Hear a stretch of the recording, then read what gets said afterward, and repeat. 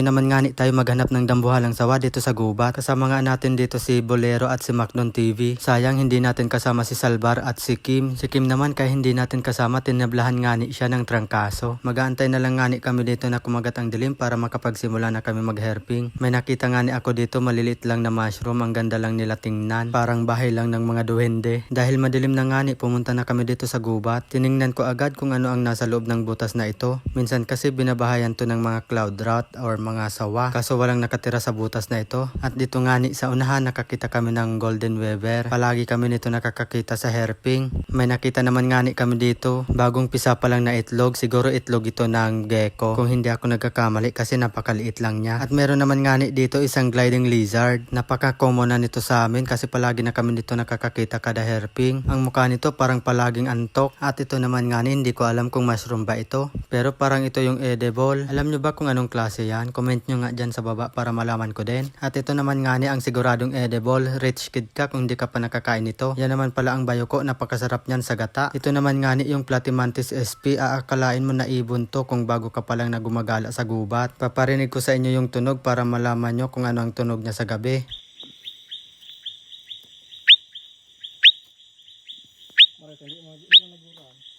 O, diba parang ibon lang? Ito naman nga ni yung bullet ant na tinatawag. Sobrang sakit daw ng kagat nito kaya natawag to na bullet ant. Susubukan ko sana para makita nyo pero wag na lang pala. Kasi hindi nyo naman pala mararamdaman. Lugi naman nga ni. Meron naman kami dito nakita na napakalaking tarantula. Yan ng Earthnicus SP. Nakaredy naman nga ni siya dyan mag-ambush ng kanyang makakain. Dito naman sa anuhan nakakita kami ng stingless bee. Sayang napakataas niya hindi namin abot. Punong-puno sana ng honey ang kanilang bahay. Oh, sayang naman. Tapos meron naman pala dyan na huntsman sa kanilang bahay. Ayan lang siya oh. Meron naman nga ni dito maliit na gagamba. Hindi ko lang sure kung tarantula pa ba to or huntsman. Napakaliit niya lang kasi. Ito naman nga ni napakalaking cane toad. Sa ibang lugar kinakain to pero dito sa amin pass. Nakaramdam siguro na sisipain namin siya kaya tumalon bigla. At ito naman nga ni hindi mo aakalain na isa itong insekto. Yan naman pala ang cone insect na tinatawag. Ang nasa loob niyan ay parang uod lang. At dito lang pala nga ni sa gubat nagsimula yung sakit na COVID-19. Ayan sila oh. Sa puno pala sila nakatira. Ay nako.